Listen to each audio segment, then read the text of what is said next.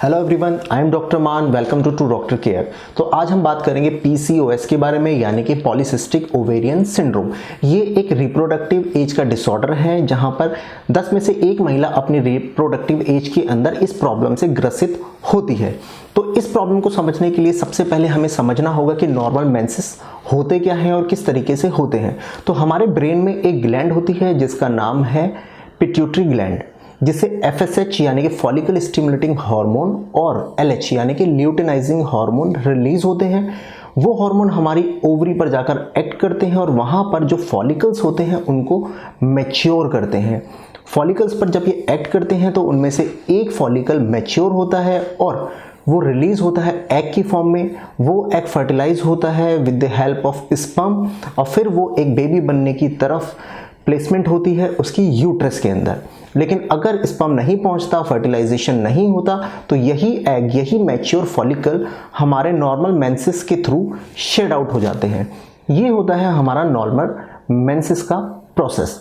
अब हम बात करते हैं कि पीसीओएस में क्या हुआ। तो हमारा एलएच और एफएसएच हार्मोन का जो लेवल होता है वो डिसबैलेंस हो जाता है और हमारी ओवरी पर वो ठीक से एक्ट नहीं कर पाते और हमारे जो फॉलिकल्स होते हैं वो मैच्योर नहीं हो पाते और immature follicles fluid field cyst के अंदर कन्वर्ट हो जाते हैं और ये मल्टीपल सिस्ट बन जाते हैं, जिसकी वजह से हम इसको बोलते हैं पॉलीसिस्टिक ओवेरियन डिसऑर्डर यानी कि पीसीओडी।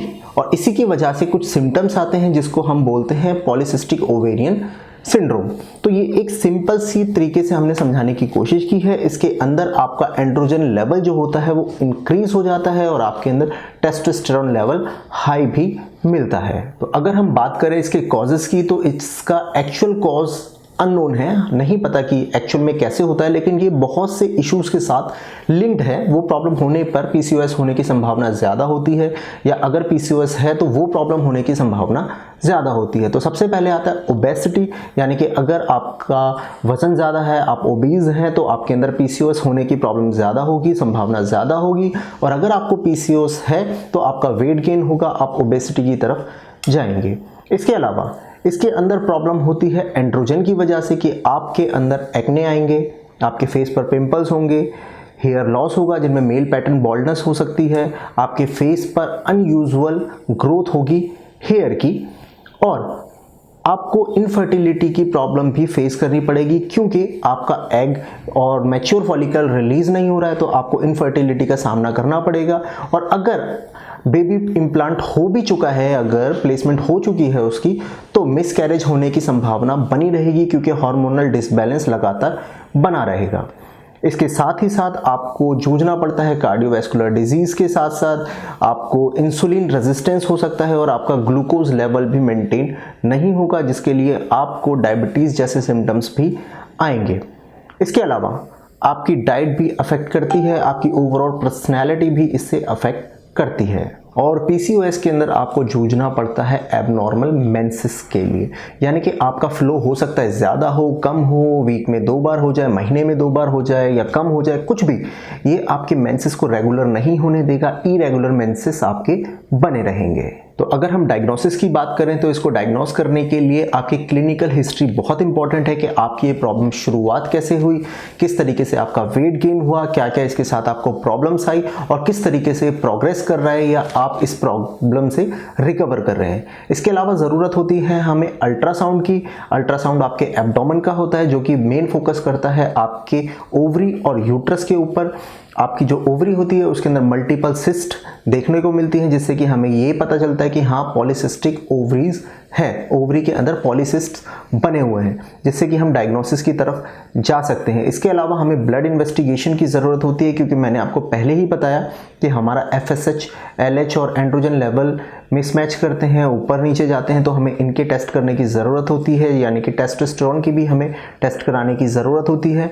हमें ज़रूरत होती है लिपिड प्रोफाइल की, क्योंकि इस प्रॉब्लम में हमारा लिपिड प्रोफाइल भी ऊपर नीचे जाता है।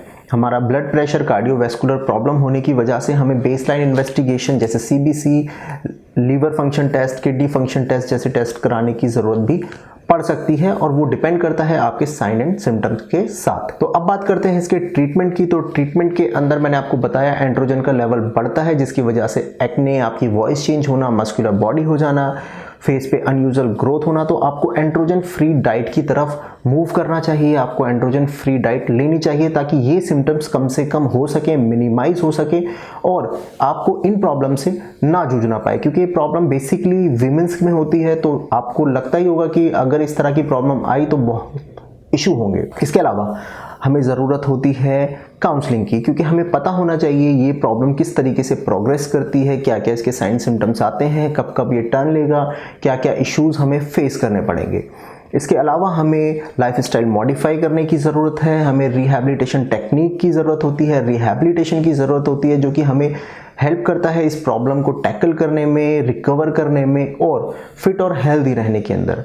इसके साथ साथ अगर ज़रूरत पड़ती है तो मेडिकेशन की ज़रूरत भी लेनी पड़ सकती है। अगर अबव स्टेप हमने फॉलो करने के बावजूद भी एक अच्छा वेट मेंटेन नहीं किया, अपनी प्रॉब्लम को टैकल नहीं किया, तो हमें मूव करना पड़ता है हार्मोन रिप्लेसमेंट थेरेपी की तरफ और जो आपके साइन एंड सिम्टम है उसके अकॉर्डिंग आपकी प्रॉब्लम को ट्रीट करने के लिए। फिर चाहे वो कुछ भी हो, कोई भी प्रॉब्लम हो सकती है, तो एक ही शॉट में आपकी मल्टीपल प्रॉब्लम को टैकल करने के लिए भी हमें मेडिकेशन यूज़ करनी पड़ सकती है। तो इस प्रॉब्लम से घबराए नहीं, बस आगे आए, स्टेप लीजिए, फॉलो कीजिए छोटी छोटी सी टिप्स एंड हेल्दी रहिए। Thank you.